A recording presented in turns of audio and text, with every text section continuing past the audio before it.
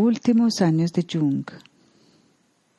Cuando me convertí en su secretaria en el otoño de 1955, Jung acababa de cumplir 80 años.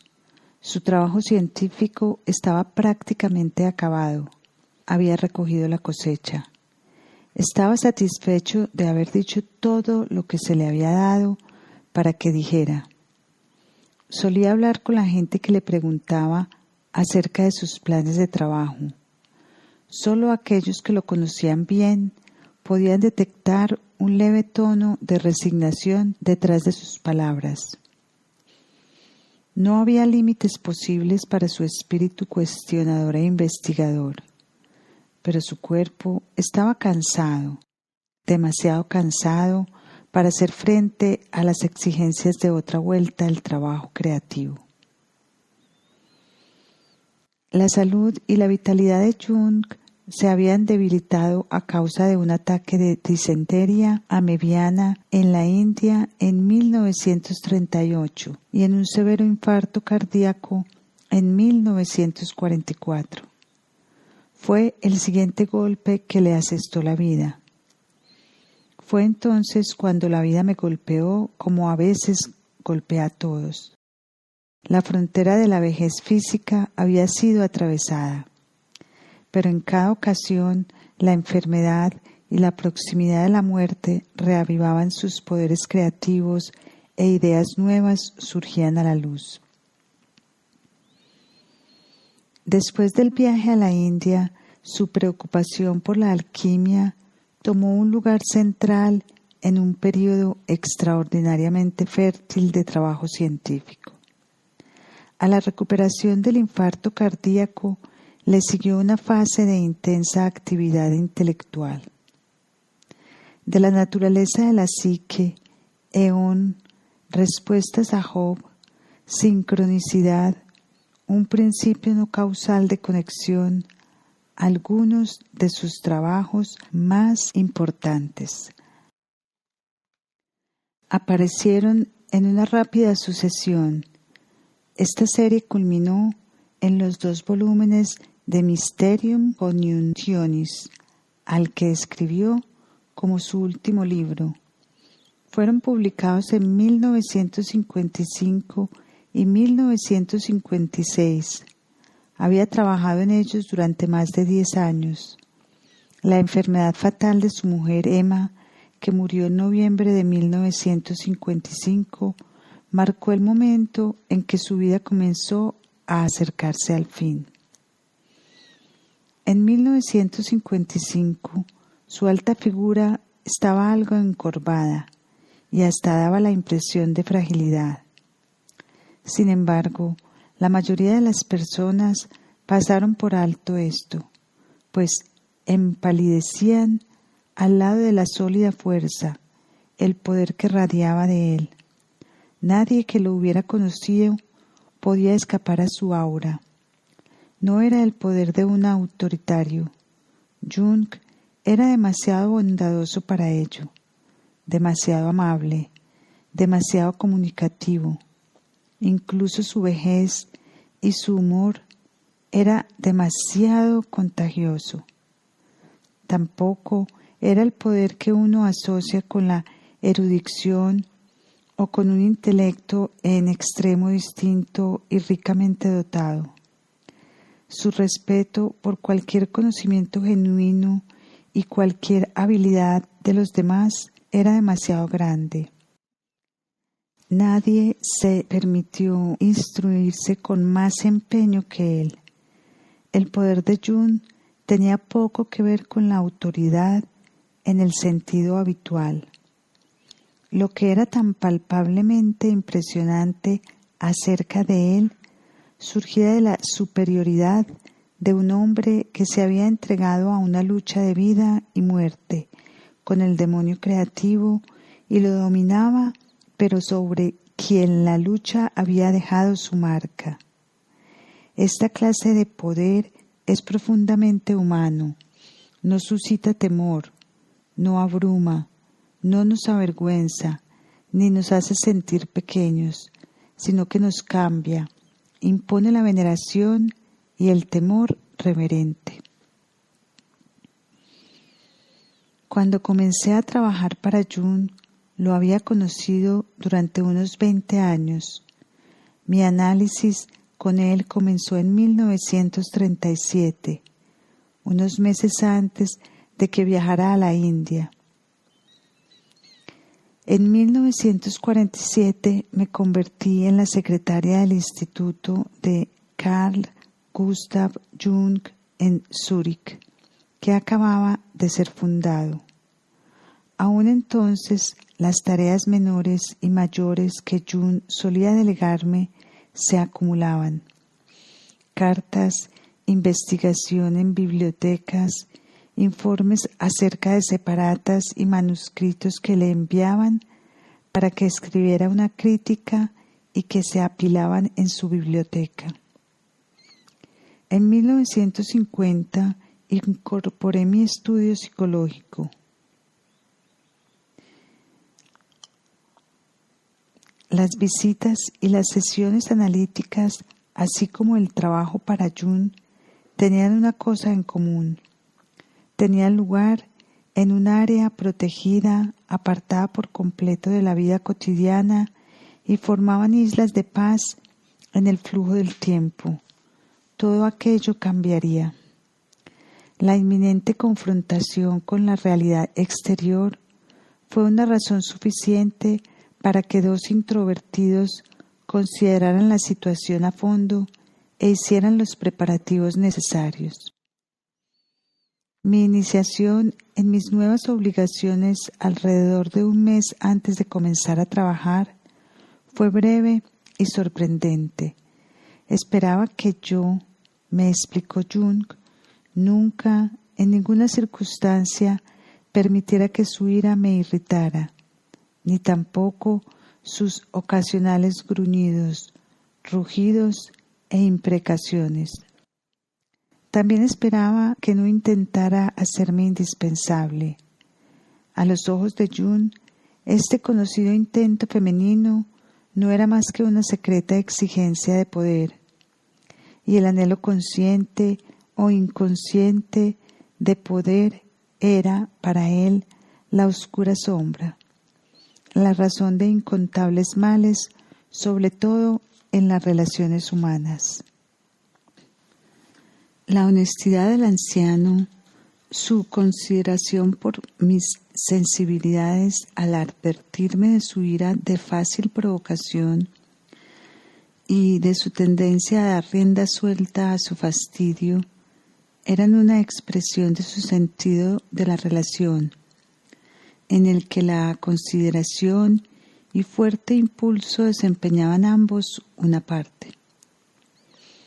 Esta dualidad de su naturaleza era perfectamente genuina y evocaba confianza y lealtad. Hasta entonces no había sabido nada acerca del lado violento de Jung. Nuestra relación había sido tranquila y armoniosa. Esto era ahora una parte del pasado. La relación había cambiado, se volvió más real y en consecuencia más completa. El refrenarme de volverme indispensable no presentó grandes dificultades. Solo tenía que mantener la oficina en orden de modo tal que pudiera ser dirigida en cualquier momento por otra persona, y todo lo que se buscara pudiera hallarse. Una vez en que no logré esto, Jung reaccionó de una forma que, según habría de descubrir, era típica en él. Habíamos establecido un archivo de OVNI, objetos voladores no identificados o platillos voladores, que consistía en numerosos libros y trabajos técnicos acerca de los ovnis, y fotografías, recortes de periódicos de todas partes del mundo, cartas, registros de sueño y notas del propio Jung. Pronto llenaron varios anaqueles y 5 o 6 grandes archivos que, por falta de espacio, debía acomodar en 2 cajones diferentes. Una tarde Jung no podía hallar la foto de un ovni que quería enseñar a un visitante. Un incidente fastidioso, pero no particularmente importante. Como aquella tarde yo estaba trabajando en mi apartamento, habría sido muy fácil que alguno de los criados me llamara por teléfono y en 2 frases yo habría solucionado el asunto. Pero esa solución nunca hubiera entrado en su cabeza. Cada vez que había una situación similar, se sugería esta conveniente solución y él la rechazaba.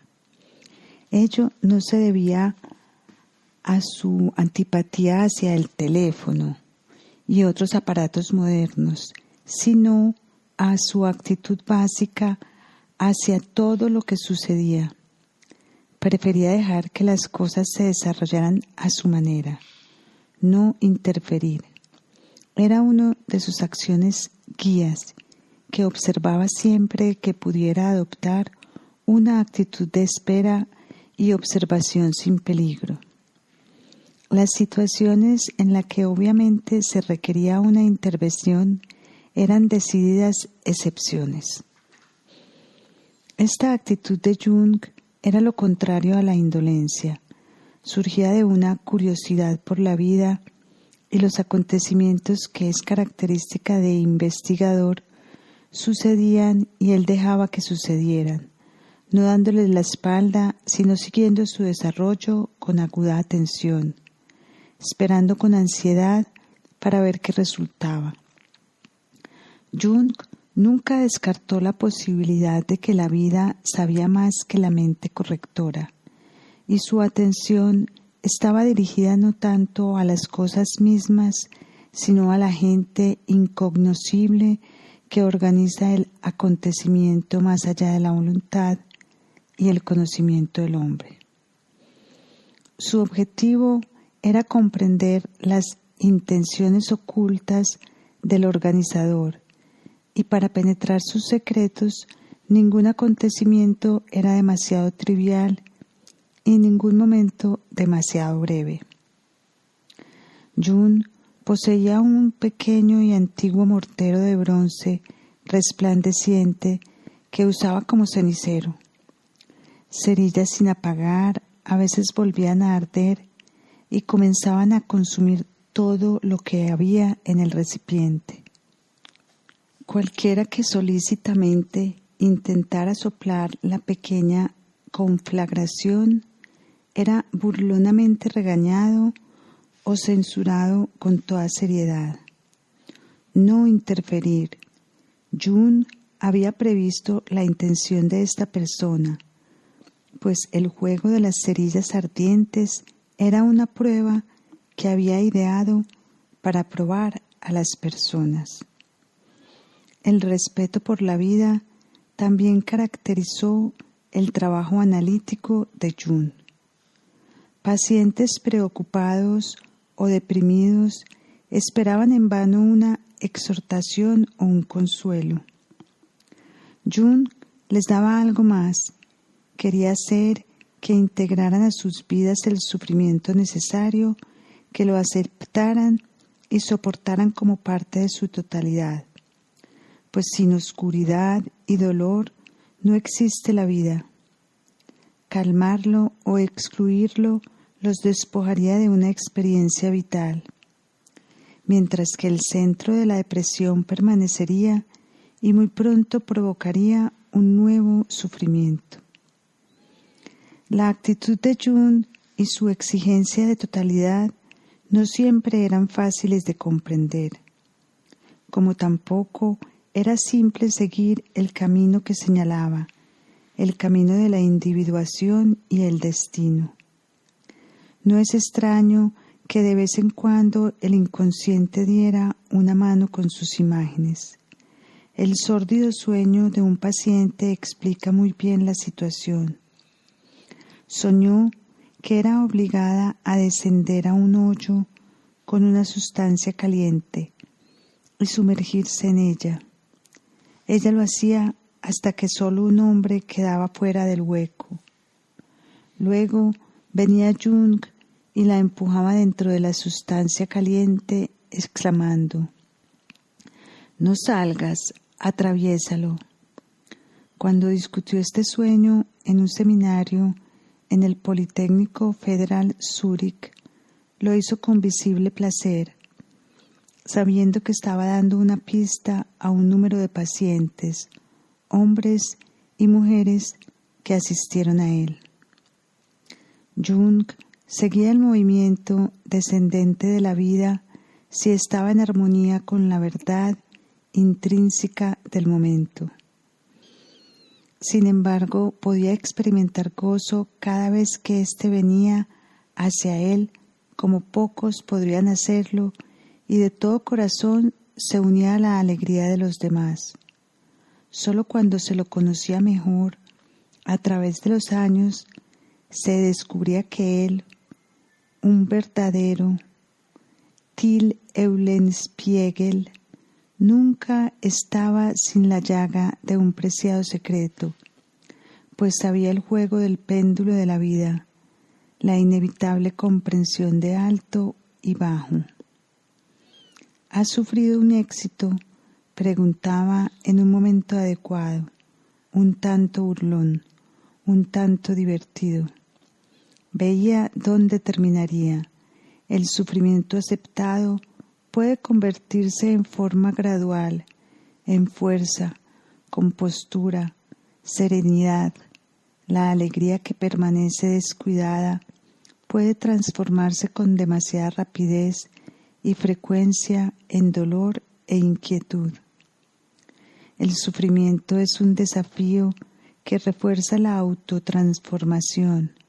La alegría no lo es, y lo hace con mucho menos frecuencia.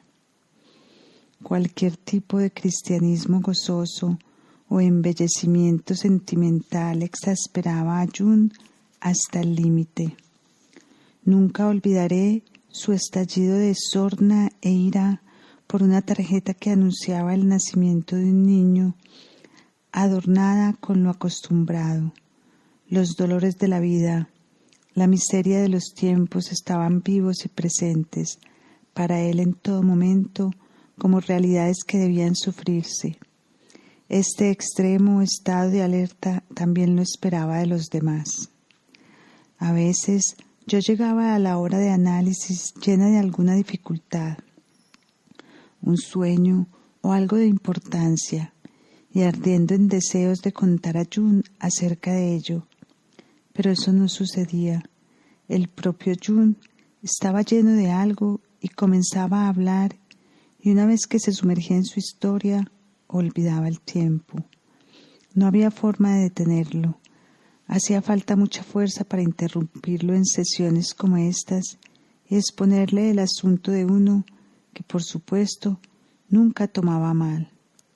Yo nunca tenía la fuerza y tampoco muchas personas la tenían.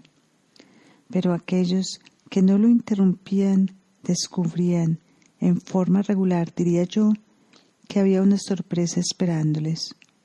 Una vez que se veían atrapados por el torrente de pensamientos, imágenes e interpretaciones, una vez que nadaban junto con él sin pensar en las manecillas del reloj que avanzaba de repente, descubrían que las palabras de Jung se relacionaban cada vez más con más claridad y por fin con la mayor precisión con la cosa misma que habían querido contarle. Recibían las respuestas sin haber formulado la pregunta. Tiene una extraordinaria intuición, dijo una vez de él un inglés. Naturalmente, estas sesiones eran excepcionales. Por lo general, Jung era el oyente más paciente y atento, pero los días en que él llevaba a cabo la conversación tenían, si ello era posible, un efecto aún más profundo.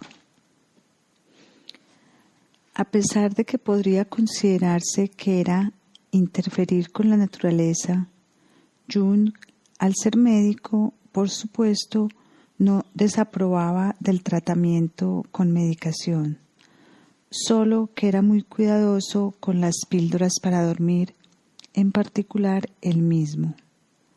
Aun Cuando ya había pasado los 80, las pocas ocasiones en que debió recurrir a un soporífero las consideró una derrota moral, y ello lo apenaba.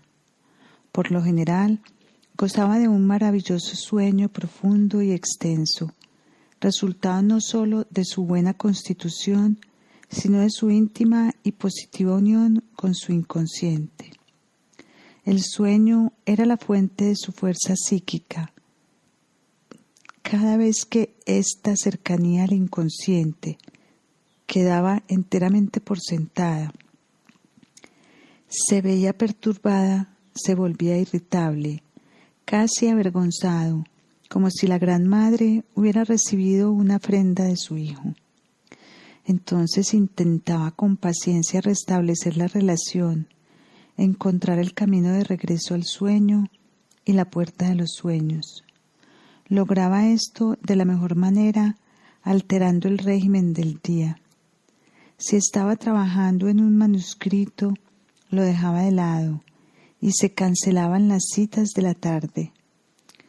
De esta manera dejaba un poco de ser esclavo del tiempo. Este ya no contaba y era libre para dejarse llevar, para hundirse en sí mismo, para meditar acerca de las imágenes y pensamientos que surgían dentro de él. Por lo general, la paz exterior pronto provocaba un restablecimiento del sueño. Recobraba con mayor facilidad su sueño perturbado en su torre de Bollingen, donde en años anteriores solía pasar semanas solo, sobre todo navegar y dejarse llevar con el viento le traía la relajación y la paz interior. Una vez, una simple muchacha entró en su consultorio, una maestra de un pueblo en el cantón Solothurn. Un doctor personalmente desconocido para Jung se le había enviado. Sufría de un insomnio casi total y era una de esas personas que agonizan por no haber hecho nada bien y por no cumplir en forma satisfactoria con las exigencias de la vida cotidiana. Lo que necesitaba era relajarse. Jung intentó explicárselo y le dijo que él mismo se relajaba navegando en el lago, dejándose llevar con el viento. Pero por su mirada se dio cuenta de que ella no comprendía. Esto lo entristeció, pues deseaba ayudarla y había solo una consulta para lograrlo. Entonces, mientras yo hablaba de la navegación y el viento, oí la voz de mi madre cantar una canción de cuna a mi hermana pequeña, como solía hacerlo cuando yo tenía 8 o 9 años. La historia de una niñita en un pequeño bote en el Rin con pececillos. Y comencé, casi sin hacerlo a propósito, a murmurar lo que estaba contando acerca del viento, las olas, el navegar y la relajación con la tonada de la pequeña canción de cuna. Murmuré aquellas sensaciones y pude ver que ella estaba encantada. Esto fue lo que relató al periodista suizo Georges Duplain muchos años después en una entrevista. Cómo fue llevada a cabo en francés las últimas palabras con aún más significativas. J'ai chantonné ces sensations y j'ai vu qu'elle était enchantée. La consulta llegó a su fin y Jung debió despedir a la muchacha. 2 años más tarde, en un congreso, se encontró con el doctor que se la había enviado. El doctor presionó a Jung para que le dijera qué clase de terapia había utilizado, pues dijo, el insomnio había desaparecido por completo después de la visita de la muchacha a Kunshan y nunca más había vuelto. Para él era un misterio cómo Jung la había curado, con una sola consulta. La muchacha le había contado una historia acerca de la navegación y el viento, pero no había podido sonsacarle lo que había hecho June en realidad. Naturalmente, June se sintió algo incómodo. ¿Cómo iba yo a explicarle que solo había escuchado algo de mi interior? Me había sentido muy desorientado. ¿Cómo decirle que le había cantado una canción de cuna con la voz de mi madre?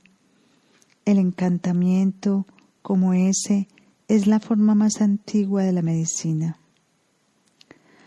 A pesar de su avanzada edad, no siempre era fácil para Jung rendirse a la necesidad de descansar y admitir que debía limitar su trabajo, y ni hablar de la inactividad. Ello no se debía a su minuciosidad, pues no había nadie menos minucioso que Jung.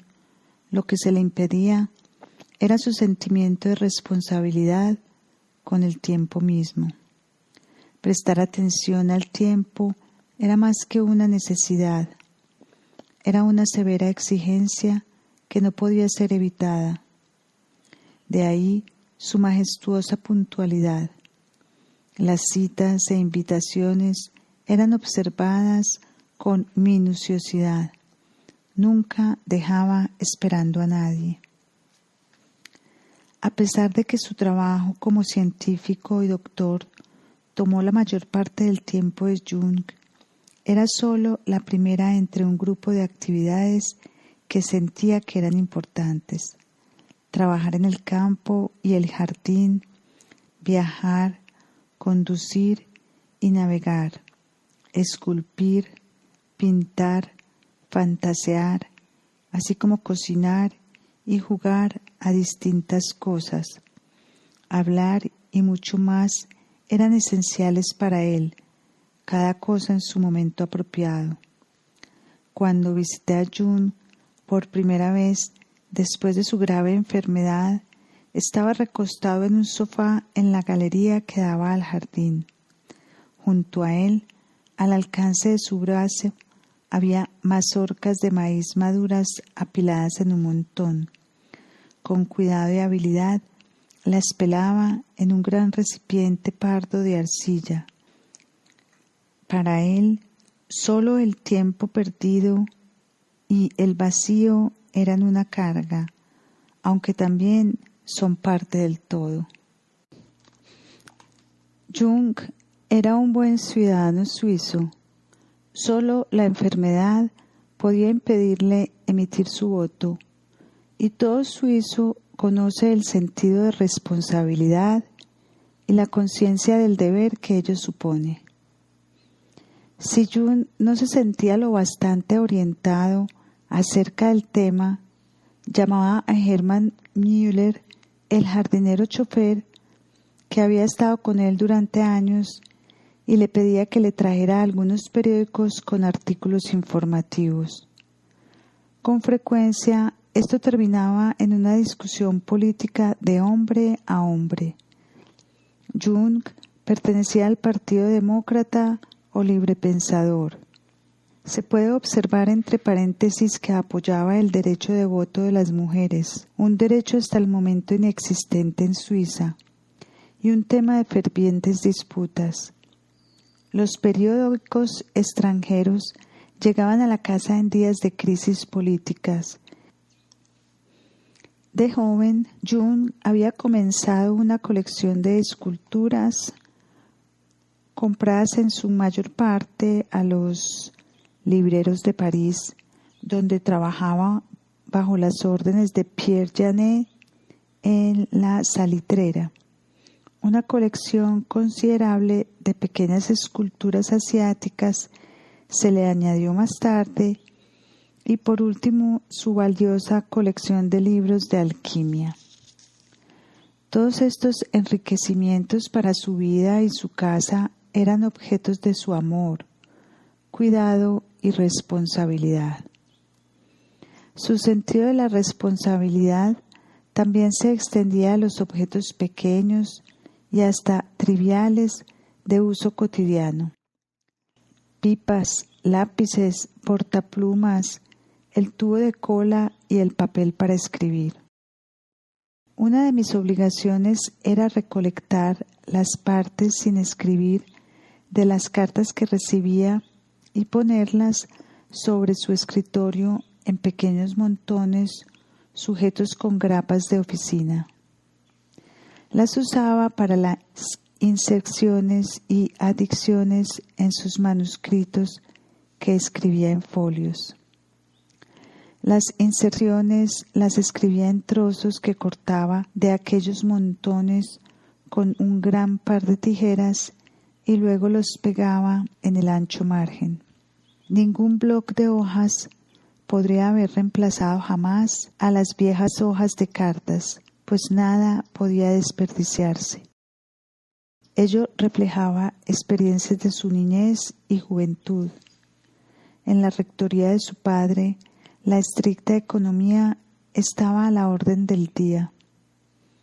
De estudiante debía conseguir el dinero o al menos parte de él, de la venta de antigüedades pertenecientes a un pariente. Jung sabía lo que era la pobreza. Pero también había algo más. Los objetos poseían para Jung un significado en sí mismo, así que debían ser tratados con un cuidado especial. Las cosas se toman su revancha, me lanzó a la cabeza en forma amenazadora cuando traspapelé o remendé algo toscamente, ya no recuerdo qué.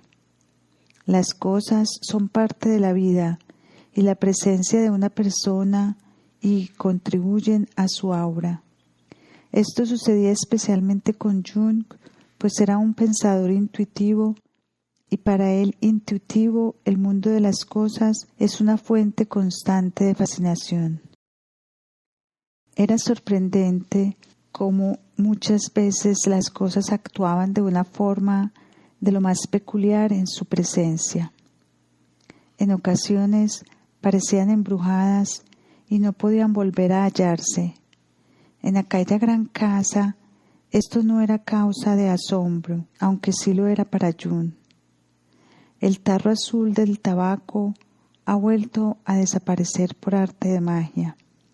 Se lamentaba usando una expresión acuñada por un esquizofrénico. Aceptábamos buscar las cosas que habían desaparecido por obra de magia, solo en los casos más urgentes. Por lo general era en vano de todas formas y una verdadera pérdida de tiempo, y además era una certeza absoluta que un buen día, con frecuencia poco tiempo después, volverían a aparecer por arte de magia, como si nada hubiera sucedido. Nunca nada se perdía. Para cualquiera como Jung, que brindaba tanto cuidado y atención a ellos, los objetos comenzaban a animarse y vivían una vida propia. Comenzaban a hablar y comunicar cosas que permanecían ocultas para otros. Los objetos no siempre son inertes, a veces parecen participar en el juego de la vida, reflejar el ánimo y los pensamientos de las personas. Esta es la razón por la cual las antiguas leyendas, así como los poetas, hablan de anillos rotos, de espejos que se requebrajan solos, de cuadros que se caen, de relojes detenidos y muchos otros acontecimientos que anuncian importantes significados a las mentes ingenuas. Jung también experimentaba las maravillosas y profundas conexiones entre el macrocosmos y el microcosmos, la realidad externa y la interna. ¿Quién registraría jamás un pez muerto, una cetonia dorada aleteando en la ventana, un fuego que se extingue o la formación de una nube como acontecimientos significativos? ¿Quién siquiera los notaría? En una carta, mayo de 1957, escribió: Deberías volver a trabar amistad con las cosas más cercanas, dijo Nietzsche y no lo hizo. El gran viento se lo llevó, ebrio de sus propias palabras. Hasta las cosas, gracias al significado inmanente en ellas, nos responden cuando nos dirigimos a ellas. Les importa relacionarse y nos brindan una encantadora compañía en horas y días de soledad. En su observación del mundo interior y exterior, Jung era absolutamente ingenuo, lleno de naturalidad y libre de prejuicios. La observación pertenece al mundo de la sensación, que debe considerarse su función interior, su intuición y su sentimiento altamente diferenciado. Gracias a su cercanía al inconsciente, la función inferior tiene un acceso secreto a la fuente de creatividad. El viejo motivo del cuento de hadas de Pulgarcillo, que logra matar al dragón al descubrir el tesoro oculto y casarse con la princesa, pero la creatividad cobra vida solo cuando la conciencia se alía con la función interior, razón por la cual es muchas veces el viejo rey, la conciencia gobernante, el que encomienda al héroe la tarea y da la recompensa. Como pensador e investigador sobresaliente, Jung creó jerarquías de orden nuevas y diferenciadas para cosas vistas con ingenuidad. Pocas veces dejaba que su experiencia subjetiva, sus corazonadas y observaciones permanecieran así. Solo cuando había meditado acerca de ellas hasta el límite de lo posible e investigado a fondo sus asociaciones y entornos, su impulso creativo era capaz de sentirse satisfecho. De esta manera, su observación de los objetos y su extraño comportamiento se convirtieron en el punto de partida para penetraciones científicas. Ello condujo a la formulación de un nuevo principio de explicaciones complementario a la casualidad, el principio de sincronicidad. La predilección de Jung por dejarse llevar por la corriente de la vida, su cuidadosa observación de acontecimientos grandes y pequeños, de realidades externas e internas, no significaba seguir una línea recta o alguna ley de acción inquebrantable. Tampoco favorecía esto. Por el contrario, Jung era en extremo inconsciente y era muy consciente de este hecho. De la misma manera, muchas formulaciones en sus trabajos parecen inconscientes, pero como la naturaleza de la psique no es directa y no siempre obedece las leyes de la lógica, estas inconsciencias están fuera de lugar solo en apariencia. Reflejan la verdad psíquica mejor que el pensamiento directo. De modo que resultó un gran elogio, aunque de una clase muy inusual, cuando Jung me informó un día que yo había sido gloriosamente inconsistente. La inconsistencia de Jung era un obstáculo para muchos, una razón para denigrar su trabajo y rehuirle como hombre. De hecho, me resultó bastante difícil, en especial porque era su poderosa personalidad la que determinaba el curso de acción en la vida cotidiana. Los demás lo seguían, pero cualquiera que lo seguía lo suficiente descubría leyes inmanentes que mantenían juntas las contradicciones aparentes. Si yo había hecho algo que lo había satisfecho y quería repetirlo de la misma manera, la siguiente vez, a sus ojos, definitivamente no era la forma adecuada. Lo correcto era solo lo que surgía nuevo y espontáneo en cualquier momento. Lo correcto siempre era la verdad del momento, aún en el trabajo cotidiano.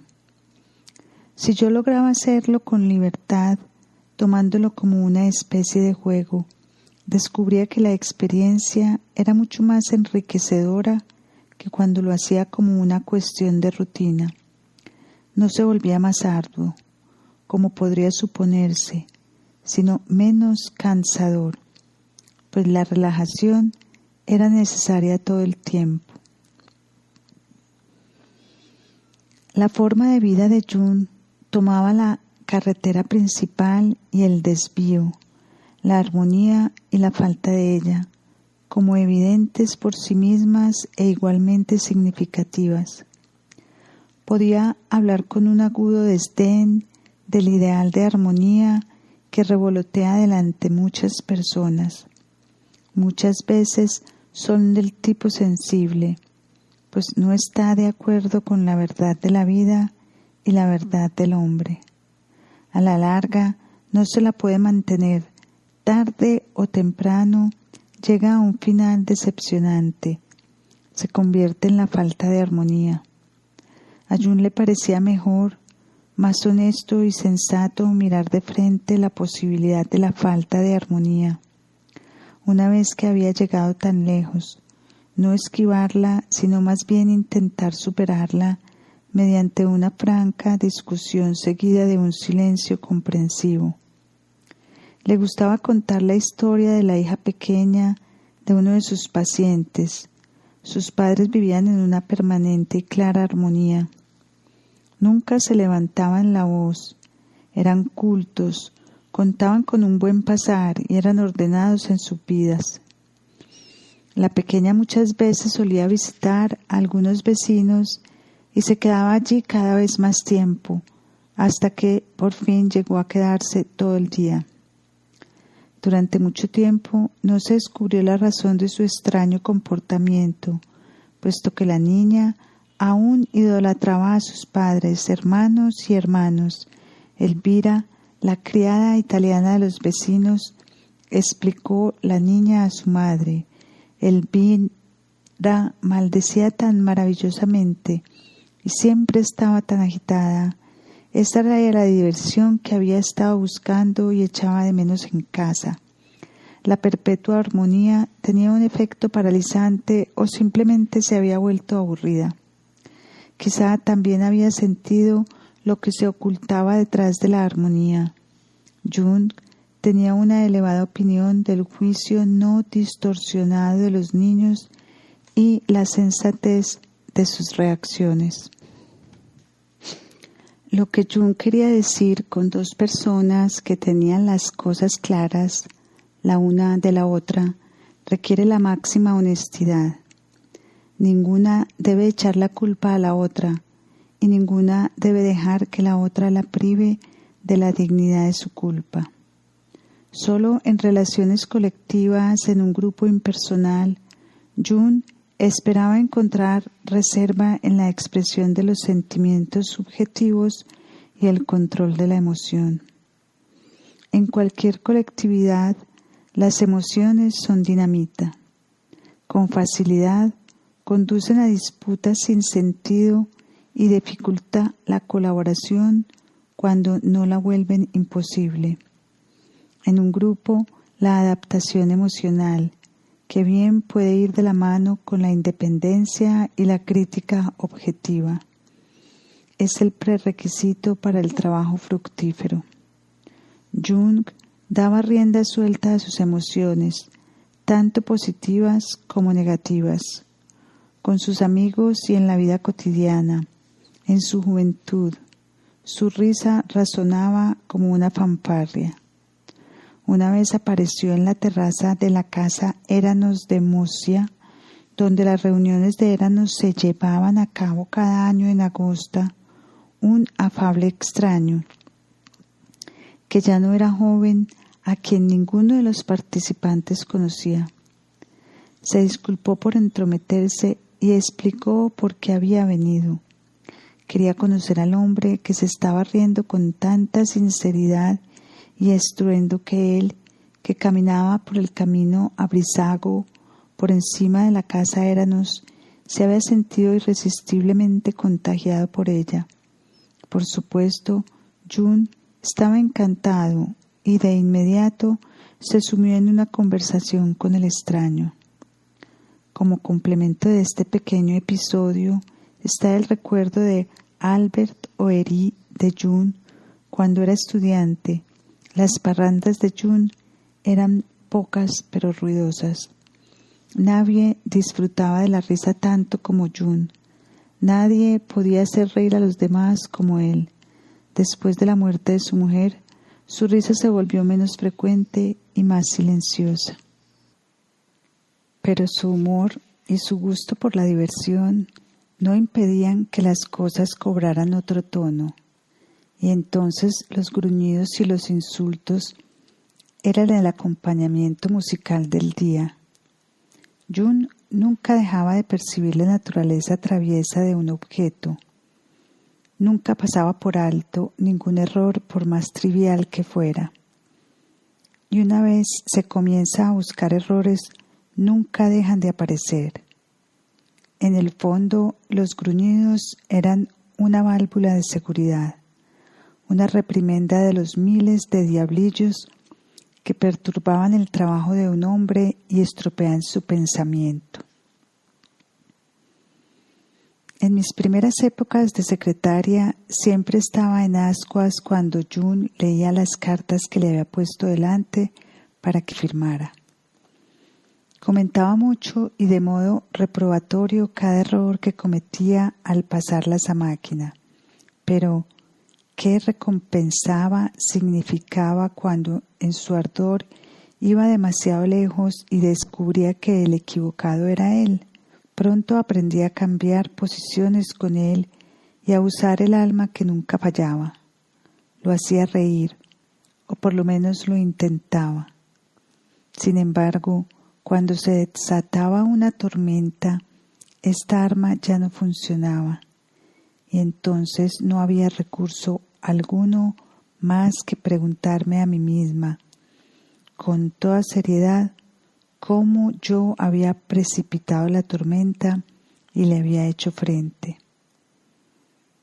A pesar de su advertencia preliminar, no era en absoluto fácil dejar que su furia pasara sobre mi cabeza, pero sí podía hacerlo y lograba aparecer en el trabajo al día siguiente firme y sin sentirme herida.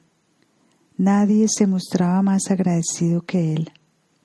Aunque la mayoría de las veces no se volvía a mencionar la tempestad, de cuando en cuando, con frecuencia, mucho después y siempre cuando yo había dejado de pensar en ella, dejaba escapar una palabra o sucedía algo inesperado que expresaba su agradecimiento.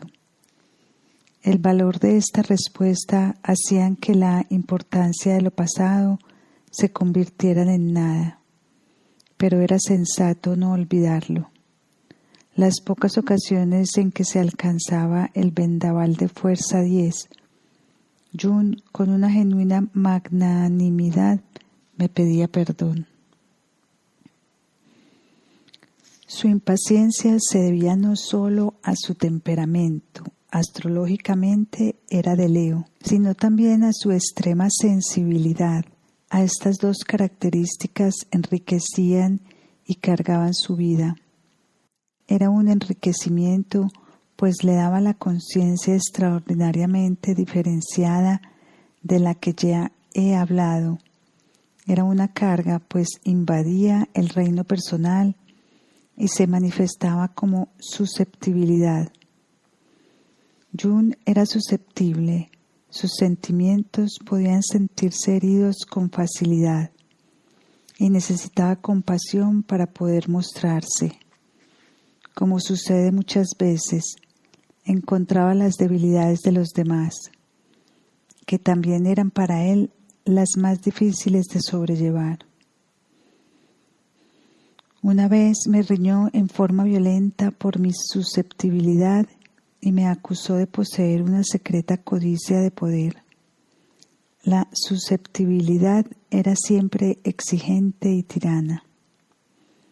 Poco después tuve un sueño en el que era dolorosamente consciente de una pequeña bola de oro debajo de uno de 7 colchones, como el cuento de la princesa y el guisante.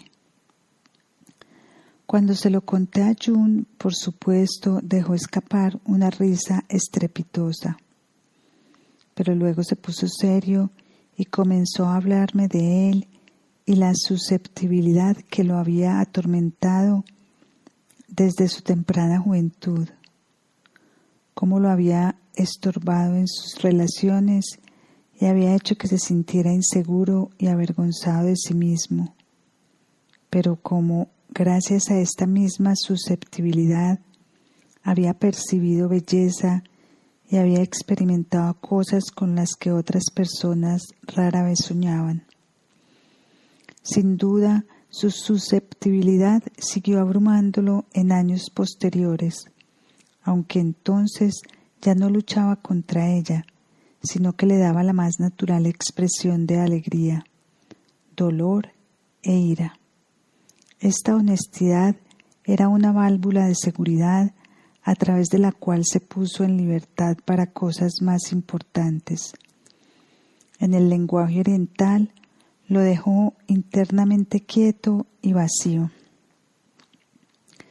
Para hacer justicia a June, su impaciencia debe verse en contraste con el fondo de su paciencia. ¿Qué paciencia le hizo falta para esperar literalmente décadas hasta haber hecho todo lo posible por sustanciar sus descubrimientos científicos antes de publicar una palabra? ¿Cuánta paciencia debió reunir para situar a sus pacientes en el buen camino? ¿Cuánta paciencia con el mundo, el público lector, con los críticos que constantemente lo malinterpretaban? Y por último, ¿cuánta paciencia consigo mismo, con su demonio creativo y, no menos importante, con su propio cuerpo, que gradualmente comenzó a fallarle? Solo el médico herido se cura, dice una parte de la sabiduría de Esculapio. La paciencia de June, arrancada una y otra vez de su impaciencia, era ejemplar. La forma de individuación que enseñó a discípulos y pacientes exige el mayor grado de paciencia. Con cuánta frecuencia se oían sus exhortaciones alquímicas: omnis festinatio aparte diaboli est, toda la prisa es del diablo, o impatientia vestra abetis animam vestram, en vuestra paciencia tenéis vuestra alma. Jung era decididamente del tipo visual. La facultad auditiva era regresiva. Sin embargo, no es verdad, como muchas veces se afirma, que no fuera musical, a pesar de que su sentimiento por la música se viera influido y a veces perturbado por su susceptibilidad. Bach, Händel, Mozart y los premozartianos representaban para él un auténtico gozo. Tenía afición por los negro spirituals. En una ocasión debió interrumpir el cuarteto para cuerdas en re menor de Schubert que estaba escuchando en su nuevo tocadiscos porque lo conmovía demasiado. Las sonatas de Beethoven lo angustiaban y los últimos cuartetos lo agitaban más de lo que podía soportar. No usaba el tocadisco con frecuencia, pero cada vez que un concertista de piano daba un recital en el gran piano en la casa de Kusnacht, el último fue el de la rusa Anya Dorfman, se impresionaba por el genuino sentimiento de Jung hacia la música. Las cosas personales nunca desempeñaron un papel prominente en la vida de Jung. Lo real e importante era lo impersonal.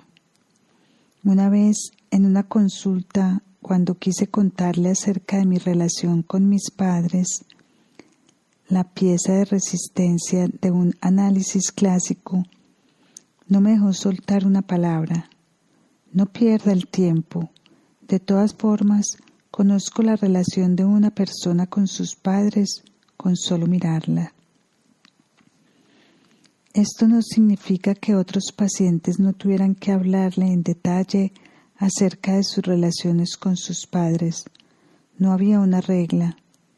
A pesar de que los factores personales no estaban en primer término en mi análisis, eran tomados en cuenta cuando surgía la necesidad.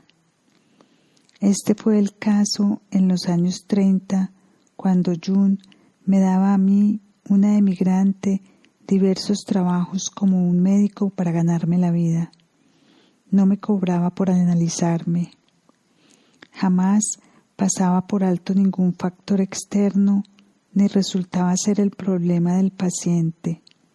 No se le escapaba ninguna debilidad física, ninguna variación en la salud.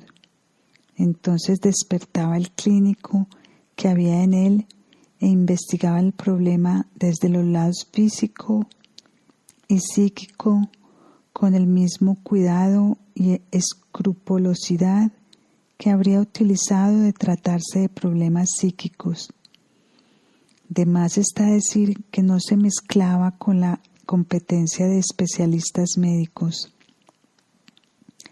Demostraba el mismo cuidado con las cosas pequeñas también. Si un huésped llegaba cansado y nervioso a Bollingen, luego de unas palabras, lo acomodaba en una silla extendida junto al lago, lo cubría con una manta y lo dejaba solo durante 1 hora hasta que hubiera descansado. Hablando en general, las cosas personales son las que suscitan interés y curiosidad.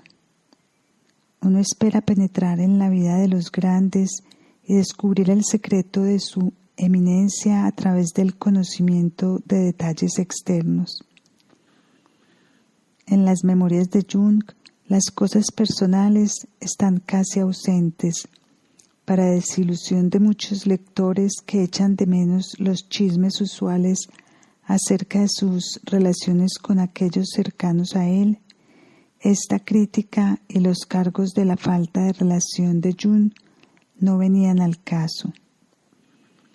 Su atención siempre se dirigía hacia lo impersonal, el oculto fondo arquetípico que estaba dispuesto a revelar solo siempre que concerniera su propia vida. Si esgrimió el derecho de mantenerse en silencio acerca de su vida personal y se rehusó a hacer concesiones a los deseos del público y de lo que era muy consciente, simplemente estaba siendo él mismo. Su silencio salvaguardó sus relaciones privadas. Quemar cartas en la bella estufa antigua de azulejos verdes que estaba en su biblioteca era una ocasión solemne y a la vez alegre. Una vez, con el fuego ardiendo, golpeó el costado de la estufa con la mano como si palmeara a un viejo amigo en el hombro riendo. Este tipo es mi discreción. Jung poseía una memoria fenomenal. El hecho de que pudiera recordar los sueños de su más temprana niñez, cuando tenía más de 80 años, era suficientemente sorprendente. Después de que lo hubieran relatado para las memorias, se hallaron notas de los mismos sueños que había escrito hacía 40 años y no diferían en ningún detalle de las versiones orales. A veces hasta la elección de palabras era casi la misma. Jung nunca podía dejar de sorprenderme. Las experiencias del mundo interior, explicó, sobre todo de los suelos, se habían grabado de un modo indeleble en su memoria como un punzón. Era excepcional que contara el mismo sueño en diferentes versiones. De la misma manera, su memoria para hechos objetivos, fechas, nombres, sitios, ideas, cosas leídas y oídas eran insuperable y formaban una de las bases de su inmenso acopio de conocimiento. Pero su memoria fallaba cuando se trataba de asuntos personales. Entonces muchas veces parecía el típico profesor distraído y permanecía desorientado ante protestas como «pero usted lo dijo» o «pero todo ha sido arreglado», etc. Gracias a Dios que la memoria no me abruma con cosas personales, solía exclamar con alivio. También olvidaba de inmediato las conocidas complicaciones de transferencia típicas de cualquier análisis, y esto funcionaba fructífera y saludablemente tanto para él como para el paciente. Siempre prevalecía la verdad del momento, ya fuera positiva o negativa, y de los muchos momentos de verdad gradualmente se cristalizaba la verdad del todo. Era un gran placer estar con Jung en las reuniones de Éranos. Los discípulos y pacientes acudían resueltos. Por lo general, había una docena de ellos, en su mayoría del sexo femenino, y no significaba nada para nosotros que gracias a esta comitiva fuimos censuradas como Jungfrauen o, en ocasiones, Menades. Nuestra buena reputación era el precio y estábamos dispuestas a pagarlo. Teníamos pocas oportunidades de hablar con Jung fuera de las horas de consulta, pero aquí se formaba un pequeño grupo que permanecía junto durante la reunión de 10, cuya fuerza cohesiva derivada de la experiencia común de las conferencias. Jung era maravillosamente pródigo con sus pensamientos. Podíamos hacer cuantas preguntas quisiéramos. El salón de conferencias daba a una terraza separada del jardín y el lago por una pared baja de piedra. En el intervalo de media hora durante cada conferencia y otra vez cuando ésta acababa, Jung solía sentarse sobre esta pared y en un instante nos amontonábamos a su alrededor como abejas alrededor de un frasco de miel, para fastidio de los otros participantes cuya circulación por la terraza se veía impedida en forma considerable. Pero para nosotros comenzaba un juego de preguntas y respuestas que significaba el gozo más genuino. Jung también disfrutaba en forma visible de nuestras reuniones, aunque como era natural, era el que más hablaba. Por más breve y simple que fuera la pregunta, recibía una respuesta que giraba en torno al tema y se expandía en círculos cada vez mayores. Estas sesiones de la pared eran los inolvidables rasgos salientes del verano. Adquirían un carácter diferente cuando Erich Neumann de Tel Aviv estaba allí, pues entonces se desarrollaba un diálogo entre los dos y nosotros escuchábamos. En los primeros años de las reuniones, Jung solía quedarse en Mont Veritat, en casa Semiramis. Más tarde, cuando la caminata y hasta la ida en coche hasta Mosia comenzaron a cansarlo, la señora Olga Frobe-Kapteyn, fundadora de las reuniones, puso a su disposición y a la de su mujer el soleado y pequeño apartamento encima del salón de conferencias que estaba en el mismo sitio junto al lago Maggiore, donde ella misma vivía en casa Gabriela. De allí en más, Jung con frecuencia nos invitaba a que lo visitáramos. ya fuera porque la sesión de la pared no había sido completa o porque quería hablarnos acerca de los nuevos pensamientos que le pasaban por la cabeza. En general, giraban en torno a la conferencia o una de las charlas de la mesa frente a Casa Gabriel, donde cada día se sentaban los conferenciantes al aire libre. Una vez, hará 20 años, hubo una celebración nocturna en la terraza de la Casa Éranos, que hasta el día de hoy perdura como la leyenda de la Nequía. Había mucha alegría y ruido, y aunque no había música que invitara a la danza, la fiesta resonaba en todo el lago. Vecinos de todas partes enviaron mensaje a la señora de Frov quejándose por esta desacostumbrada perturbación de la paz.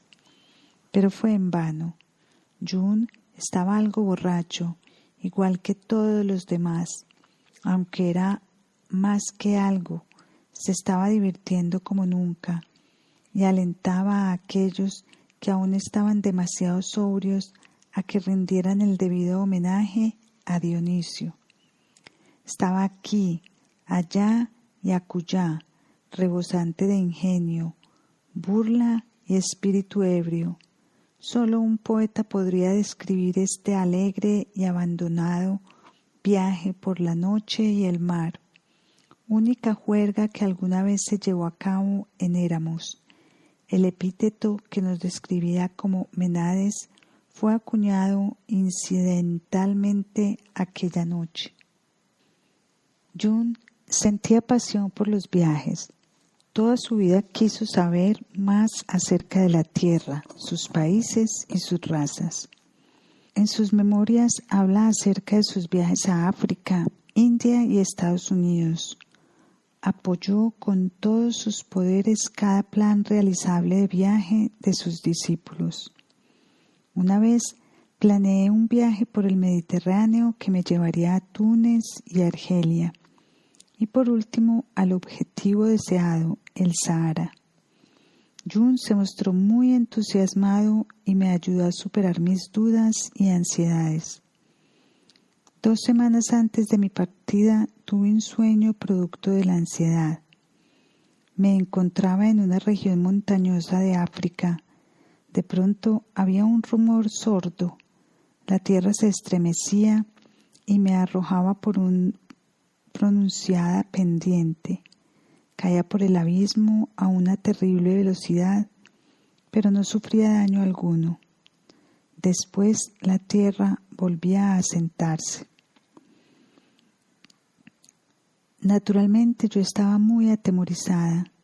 Como era consciente de mi ansiedad, el inconsciente no tenía necesidad de exhibirla otra vez ante mis ojos. De modo que, ¿qué significaba el sueño? Mis amigos psicólogos y no psicólogos a quienes se lo conté, urgentemente me aconsejaron que cancelara mis planes. Había que prestar atención al inconsciente y tomar en serio su advertencia. June no creía lo mismo. De ninguna manera debía abandonar el plan. Por supuesto, debía emprender el viaje y también aceptar el riesgo de peligro. El inconsciente era la naturaleza y como la naturaleza podía ayudar o destruir al hombre. Lo importante era que debía intentar enfrentar a la naturaleza en forma consciente, comprenderla y transformarla. Ese era todo el albur de la vida. Resultó ser un viaje maravilloso. No pensé en absoluto en el sueño hasta que recibimos la noticia de un terremoto en Agadir. A pesar de que nuestro safari estaba lejos de Agadir, nos sentimos golpeados por la noticia de la catástrofe. Pocas personas se interesan en los relatos de los viajes de sus amigos. Las interminables fotografías y postales son un tema favorito para bromas cómicas cuando terminan las vacaciones. June era una excepción. Seguía la historia con un tenso interés. Examinaba cada fotografía a fondo y reavivaba recuerdos y asociaciones con las suyas. De modo que al hablar con él, el viaje volvía a vivirse y de vez en cuando se descubrían detalles que habían pasado inadvertidos. Jung era un brillante relator y resultaba regocijante escucharlo cuando hablaba de las experiencias que había tenido en sus viajes. En su vejez le agradaba hacer tours en Suiza, acompañado por su amigo norteamericano Fowler McCormick, que conducía el coche, y una vieja amiga de la familia, la señorita Ruth Bailey, que comenzó a manejarle la casa cuando murió su mujer. Los sitios prehistóricos y los restos de cultura romana y románica eran objetivos favoritos y apreciaba mucho la buena cocina en las posadas de campo en las que descansaba. En su juventud, cuando viajó a Italia en bicicleta, solía detenerse en posadas afuera de las cuales había camiones aparcados. Especulaba con que los conductores de camiones no eran delicados para comer y sabían que posadas servían algo sabroso. De regreso de sus viajes, solía posponer nuestro trabajo y con despreocupada generosidad relataba todo lo que había visto y oído. Su constante placer, su interés y memoria vivaces eran elocuentes de su resuelta afirmación de la vida. Normalmente Jung hablaba en alemán de Basilea, que para mis oídos, acostumbrados al alto alemán, sonaban como un alegre gorjeo. Se llenaba de alegría cada vez que se encontraba con alguien que hablaba el dialecto de Basilea, con las locuciones que han caído en desuso igual que él. En ocasiones contestaba en su cerrado alemán de Basilea, como por ejemplo con el profesor Rudolf Bernowilli.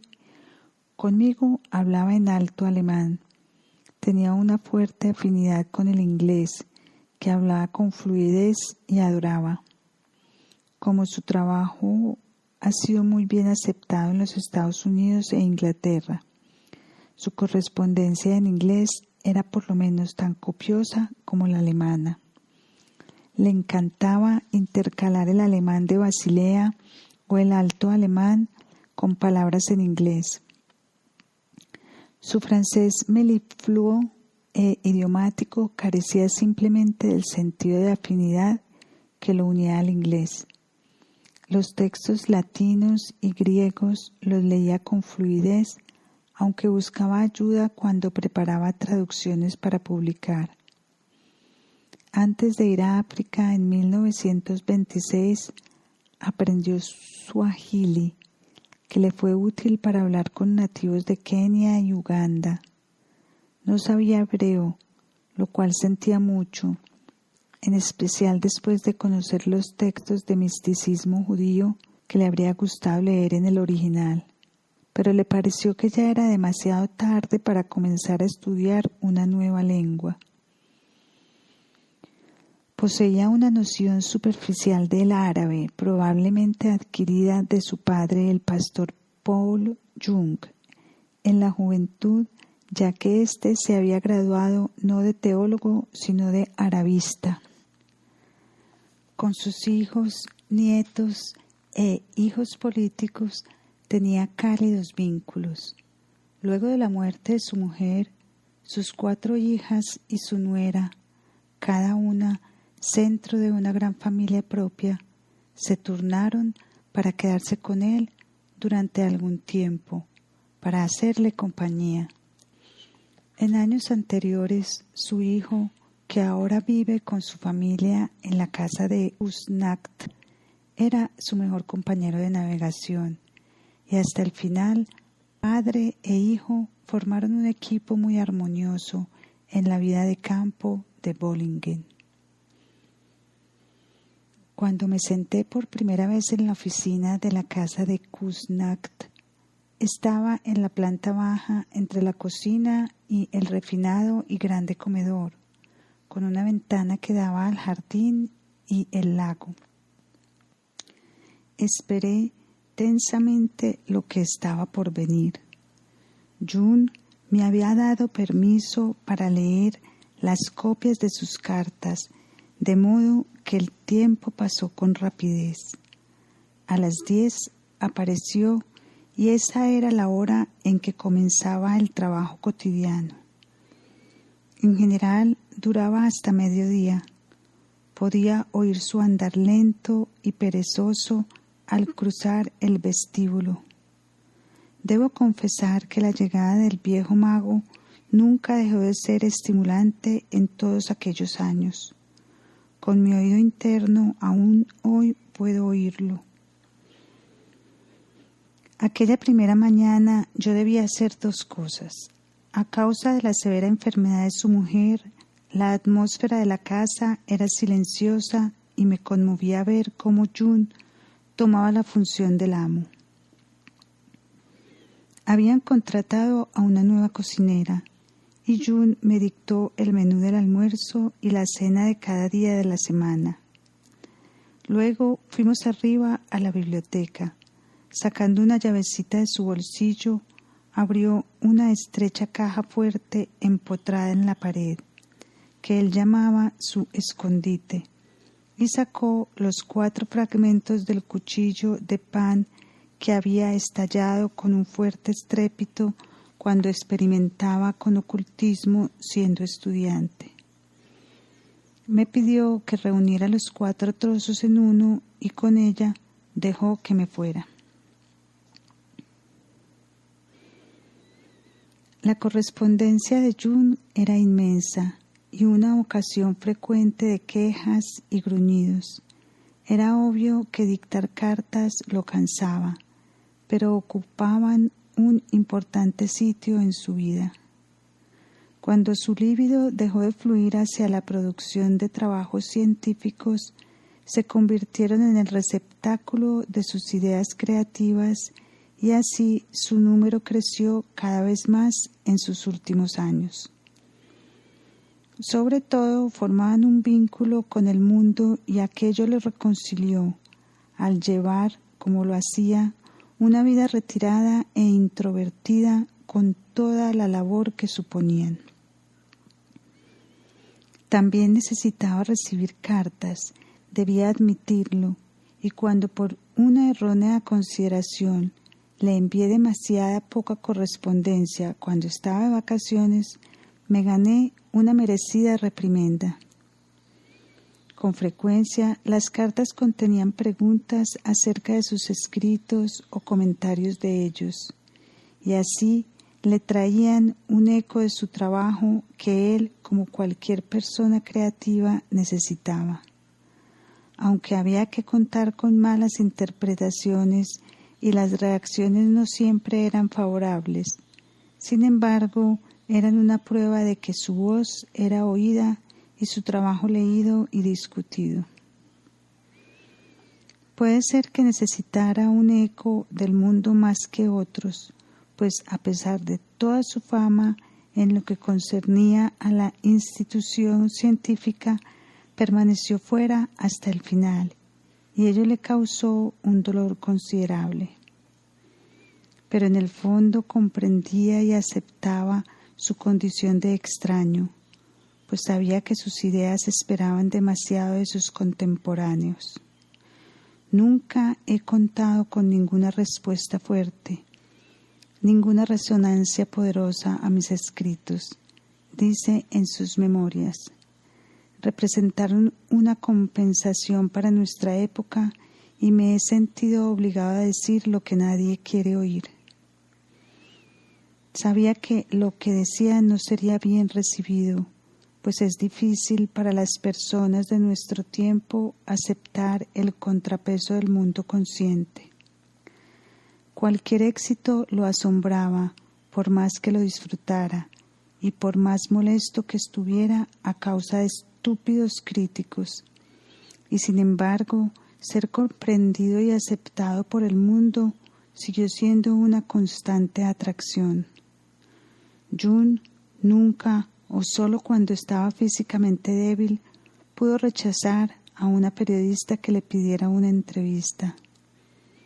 En cada ocasión había mucho titubeo, pero por último casi todos conseguían su cita.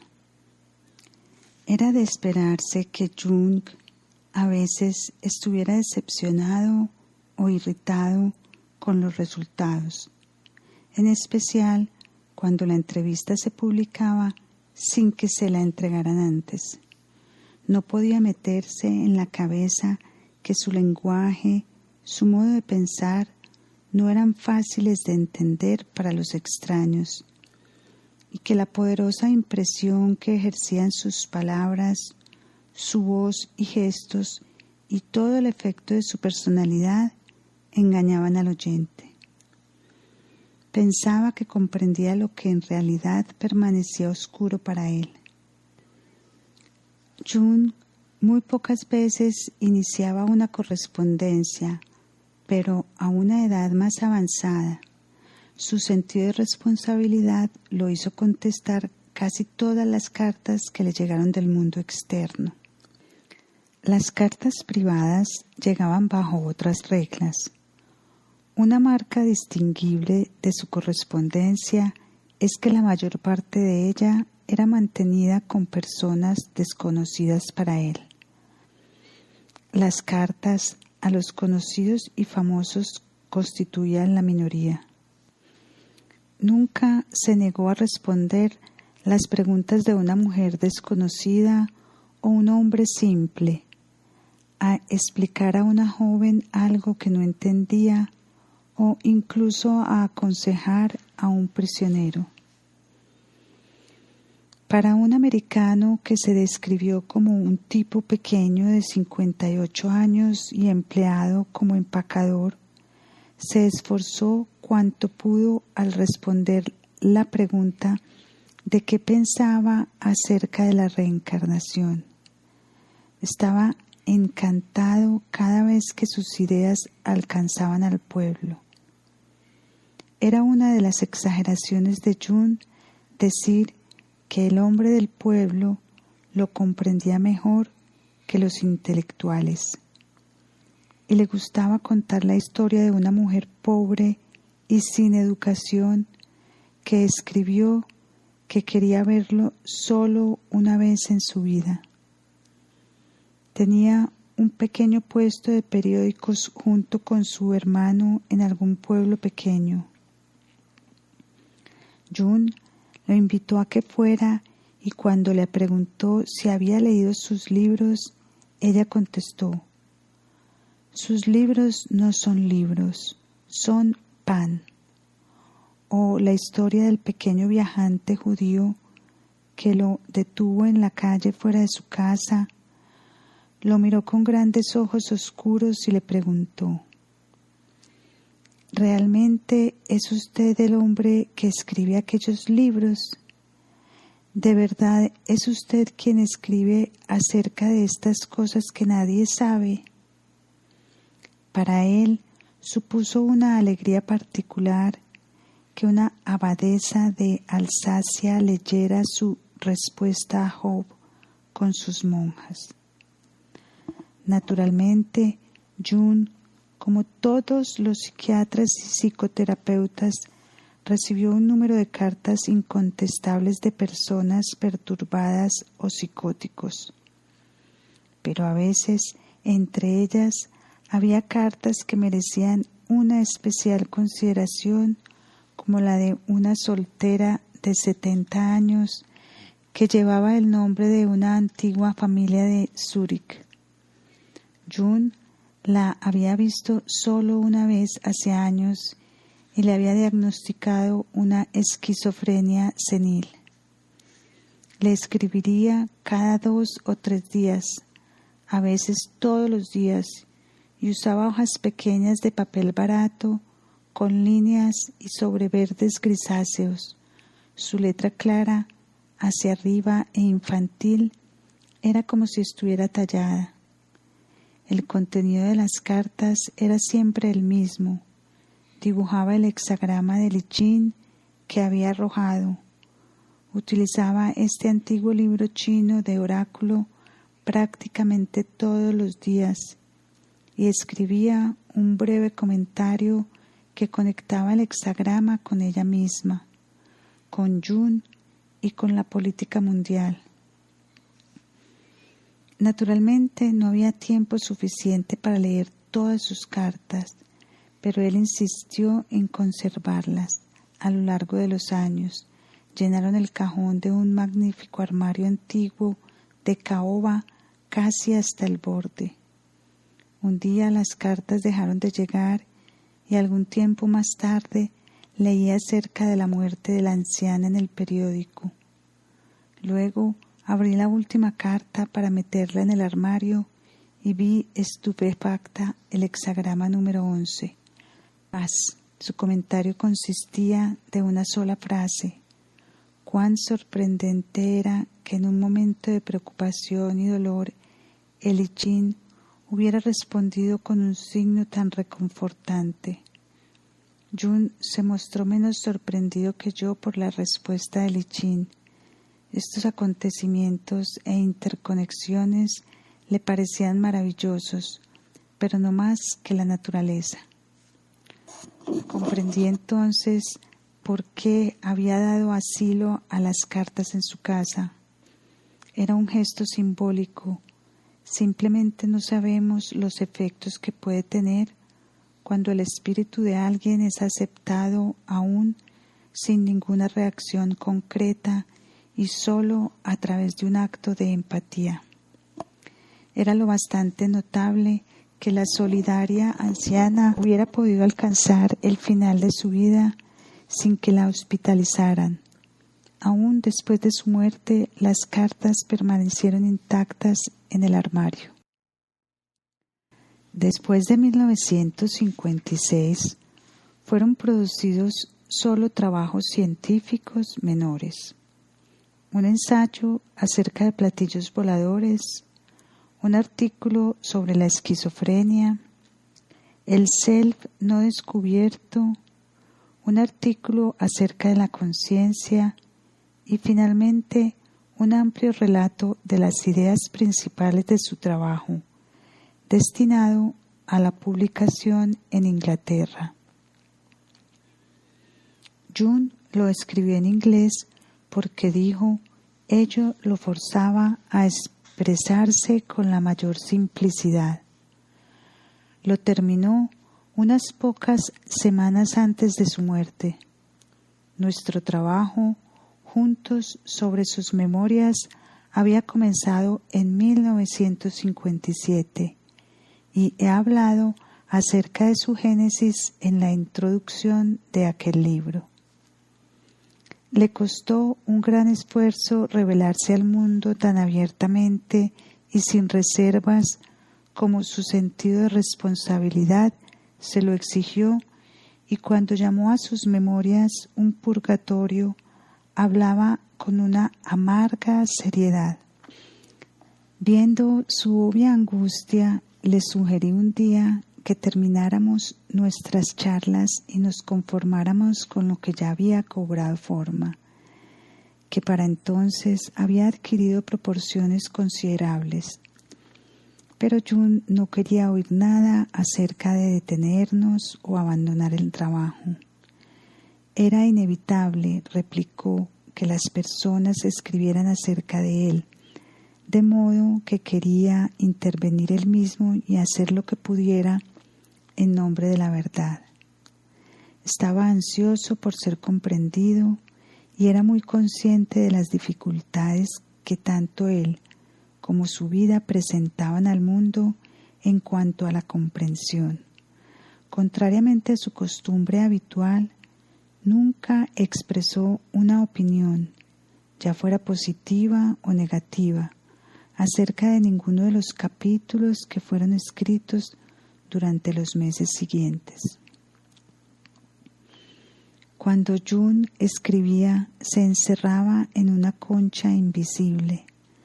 Nada podía distraerlo o penetrar su concentración. Era una ley cardinal que nunca, bajo ninguna circunstancia debía hablársele mientras escribía. Con frecuencia yo solía estar ocupada en la biblioteca cuando él se sentaba a su escritorio. No le molestaba en absoluto que yo subiera y bajara las escaleras que estaban en los estantes y me dedicara a hacer mis tareas acostumbradas. Naturalmente yo le observaba y veía cómo llenaba hoja tras hoja en silencio con su bella y clara letra, sin casi detenerse. En muy pocas oportunidades se interrumpía el flujo. Luego levantaba la cabeza y clavaba la mirada en el vacío sin que sus ojos miraran jamás por la ventana o se fijaran en ningún objeto. Solo parecían observar su interior. De tanto en tanto murmuraba una frase o algunas palabras en voz baja. Cuando a su pluma fuente se le acababa la tinta, me llamaba, y cada vez era la misma queja, que en la actualidad no se podía llenar la pluma con una pipeta de vidrio, con una pequeña tapa de goma, como antes. Entonces la pluma permanecía limpia. Pero estas plumas modernas había que sumergirlas en la tinta y escucharlas. Esta tan difamada pluma es ahora una de mis posesiones más valiosas. Desde muy temprano, Jung se había acostumbrado a enseñar los textos escritos a máquina a sus discípulos antes de enviarlos a imprimir.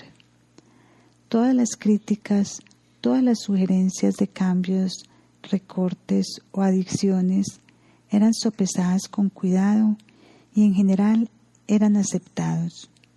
Pero Jung nunca reaccionaba con mayor brusquedad a las malas interpretaciones o a la estupidez que en estos momentos había que merecer su confianza. Teníamos diversos sitios de trabajo. Si él quería trabajar en la biblioteca, me llamaba haciendo sonar 2 veces la campanilla. Cuando yo llegaba, él ya estaba sentado en su butaca junto a la puerta-ventana que daba al sur, a un balcón estrecho, fumando su pipa matutina. Yo debía ubicarme en la silla de visita frente a él. Jung fumaba una pipa enfriada en agua.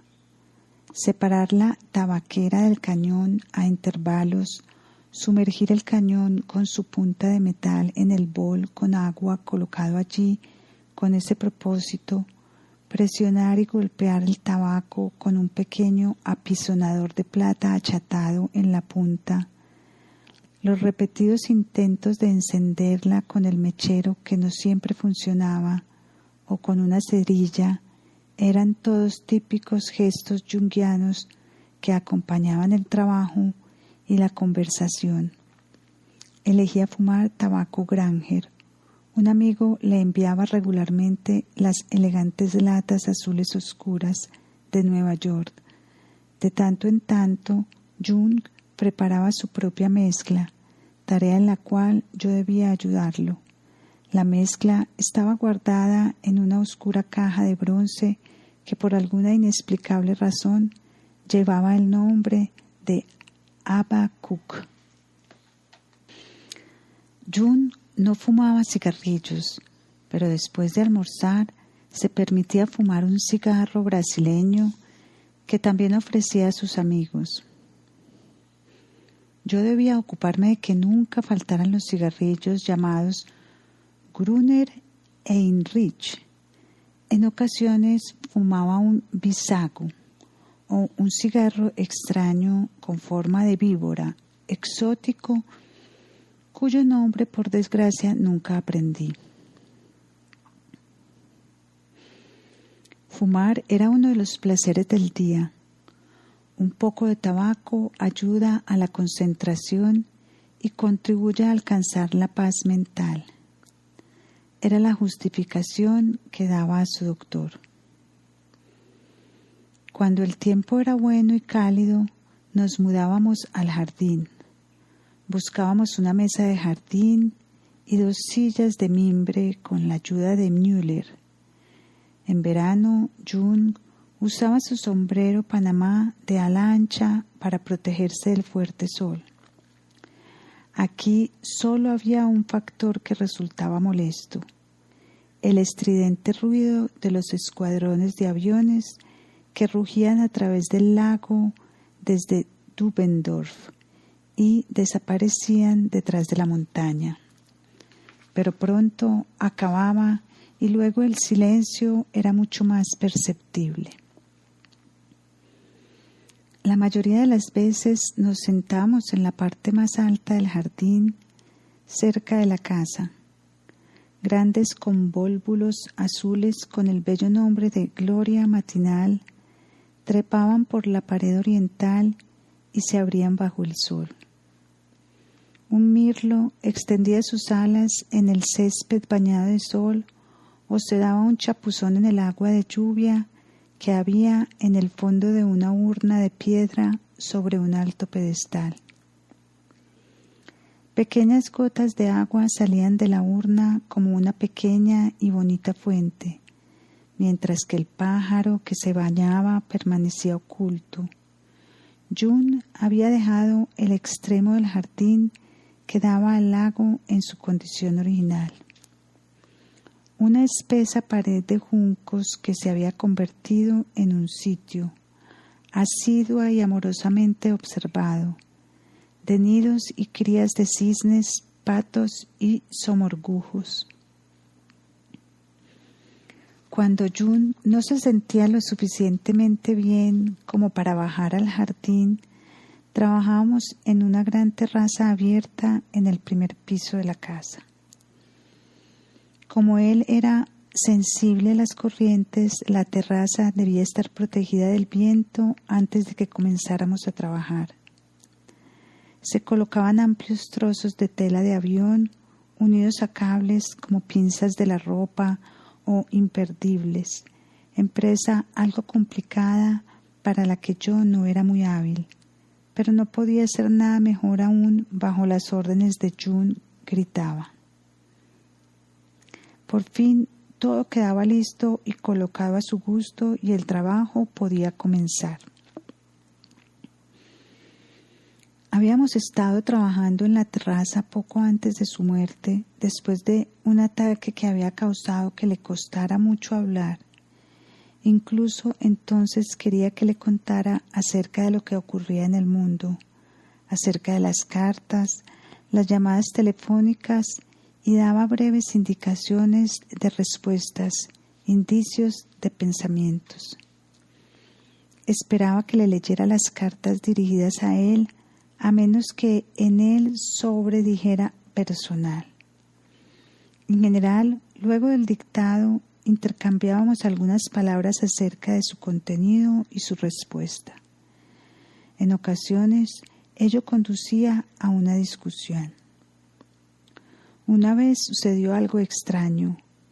June interrumpió el dictado de una carta bastante insignificante y comenzó a hablar.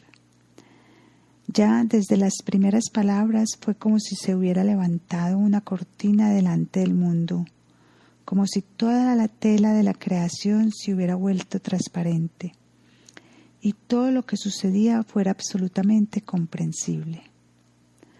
Surgieron conexiones entre las esferas más remotas. No puedo expresarlo de otra manera más que diciendo que compartí un momento de iluminación. Al escucharlo, me quedé inmóvil y olvidé tomar las notas acostumbradas. Cuando traté de recordar lo que había sucedido en el tren de Küsnacht a Zúrich, me sentí consternada al descubrir que ya no podía hacerlo. Nada podía regresar a la memoria. De modo que resolví, sintiéndome muy avergonzada, pedir a June que volviera a formular sus pensamientos. Pero la mañana siguiente, June me recibió con las palabras: ¿qué dije ayer? Él tampoco podía recordar nada más. La luz se había extinguido. Yo me sentí muy afligida por ello, pero June permaneció perfectamente sereno. El tiempo no estaba maduro aún, fue su explicación. Después de nuestro trabajo matinal, si el tiempo era tolerable, June caminaba un poco por el jardín o se sumergía en el. Por la tarde, después de nuestra discusión de las memorias o en años anteriores, después de sesiones de análisis, un par de pequeños servicios se introducían en su hora de relajación.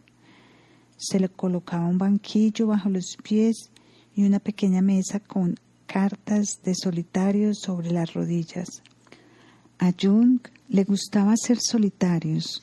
No sentía remordimientos de tanto en tanto en alguna emergencia de ayudar un poco al destino moviendo las cartas del lugar. El juego tenía que salir, maldita sea, la escandalización de otros que lo pescaban en un acto de trampa tan descarado no le preocupaba en absoluto, hasta puede que haya hecho que disfrutara más. Otra fuente de relajación era la lectura de historias de detectives que estaban por doquier y se apilaban en estantes en el piso superior de la casa. Le gustaban las novelas de misterio inglesas, pero Simeón era su favorito. Si el dibujo de la portada era demasiado chocante, yo debía forrar el libro con un papel adecuado para que pudiera parecer inofensivo en la mesa de pizarra de la biblioteca. Para June, la figura del detective era la versión moderna del alquímico Mercurius, el que resolvía todos los acertijos y se entretenía con sus actos heroicos. También disfrutaban de la ciencia ficción. En invierno había que ponerse ropa abrigada, pues a Jung no le gustaba que la calefacción estuviera muy fuerte. En días muy fríos usaba una bata de color castaño, forrada de piel, que daba a su alta figura una dimensión totalmente fabulosa. Luego estaba el gorro oscuro sobre el pelo blanco y directamente de un cuento de hadas aparecía delante de uno en carne y hueso la eterna figura del anciano benigno, severo, sabio y poderoso. June trabajaba durante las mañanas. Por la tarde, por lo general, después de las 5 recibía visitas que permanecían durante 1 hora o 2. Solo en casos excepcionales veía pacientes. Una división muy regular del tiempo demostró la forma de usarlo lo mejor posible. En años posteriores pasaba 3 semanas por mes en Kuznacht y 1 semana en Bollingen. Este ritmo era menos extenuante y le convenía. También tomaba vacaciones más extensas a lo largo de todo el año y que pasaba la mayoría de las veces en Bollingen, donde se reservaba el tiempo para escribir. Durante la semana en Bollingen yo iba a trabajar todos los miércoles y ese siempre significaba un gran día para mí. Era una buena media hora de caminata desde la estación de Bollingen hasta la torre. En días lluviosos, con una canasta de cartas, archivos y libros en los brazos, el camino era a veces arduo, pero al parecer era la costumbre en aquella región que los conductores se ofrecieran a llevar a las personas que ya no eran jóvenes. Recuerdo con particular gratitud al conductor de la camioneta de una cervecería que con la mayor de las regularidades solía alcanzarme y llevarme con él. June se mostró divertido con esto, en especial cuando le conté acerca de nuestras conversaciones en suizo-alemán. En realidad, nadie que no hubiera estado con June en Bollingen lo conocía. Aquí su sentimiento por la naturaleza se mostraba de una manera como no podía hacerlo en Kuznacht. Había algo romántico o efusivo en él, era un genuino arraigo hacia su propia tierra, una comunión con todo el campo. Todo el trabajo campesino pertenecía a él, igual que la amistad con los animales y aves en libertad. Un verano, cuando una víbora de collar se instaló a orillas del lago, siempre hallaba su pequeño bol de leche. Pero sobre todo, una cosa daba a Bollingen su cualidad especial: el silencio. June era muy bueno para el silencio, de la misma manera en que en ocasiones podía ser un hablador torrencial. Las dos características se complementaban. Para él era una necesidad vital hundirse en una profunda introversión. Era la fuente de poderes útiles y vivificantes. Las ideas creativas cobraban forma en la quietud interna y externa. Las simples actividades de campo lo refrescaban, como lo hacía también la liberación de las obligaciones y la etiqueta cotidianas. Muchas veces podía yo oír a lo lejos los golpes de martillo y cincel mientras June trabajaba sobre una piedra con un gran par de gafas, con piezas laterales que le protegían los ojos de las astillas que saltaban. De la piedra habían surgido toda clase de motivos y se le imponían para su sorpresa. En la áspera superficie de los pesados bloques de piedra picada que formaban las paredes de la torre, veía figuras como sucede con las nubes o las manchas de tinta, y sus contornos se convertían en el proyecto básico para varias esculturas. Estaba la cabeza que se reía del tramposo, que según Jung se parecía a Balzac, y la forma de una mujer desnuda con brazos extendidos hacia una yegua. Él la llamaba Pegaso. También había un relieve de un oso con una pelota y uno de una víbora. Así, estas piedras vivían, otras esculturas se mencionan en las memorias.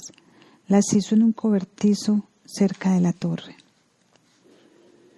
Las cartas que exigían concentración para contestar preguntas científicas o personas desconocidas no siempre eran bienvenidas en la quietud y serenidad de Bollingen, y June no se andaba con rodeos al respecto. Un día anunció su desagrado con particular énfasis. Había sido un día negro, pues se había tenido que encargar de las cartas.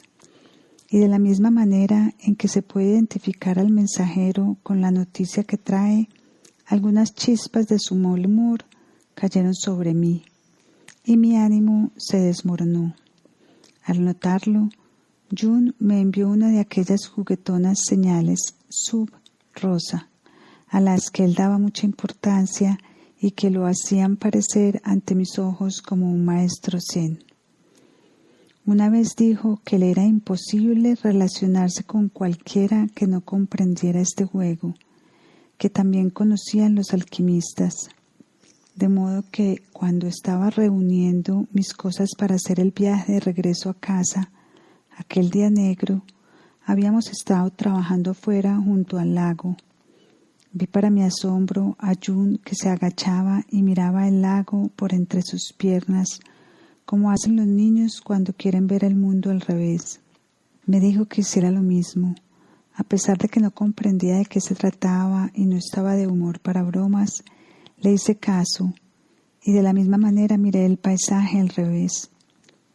Luego June se explayó acerca de la estructura del ojo. Varias veces volvió a las razones por las que el mundo y las cosas se veían mejor y eran mejor percibidas si se tomaba la visión inversa de ellas. Con ello me despidió y desapareció dentro del cobertizo. Me tomó mucho tiempo descifrar el mensaje enviado, sub-rosa, por nuestras contorsiones y adivinar el acertijo, que en estas condiciones el día negro de hecho era uno claro. En el terreno de June, en Bollingen, precisamente fuera de la tapia que rodeaba la torre, Había un arroyo que desembocaba en el lago a través de varios canales pequeños. Por lo general, estos estaban obstruidos y apenas eran visibles. Después de comprar la tierra en 1922, desarrolló un juego al que era muy adicto, que consistía en cavar nuevos canales para que el agua fluyera en arroyos claros y ondulantes. Usaba una pala pequeña y estrecha con una mano larga, del tipo que usaban los pastores con el pasado para arrojar piedras a animales descarriados.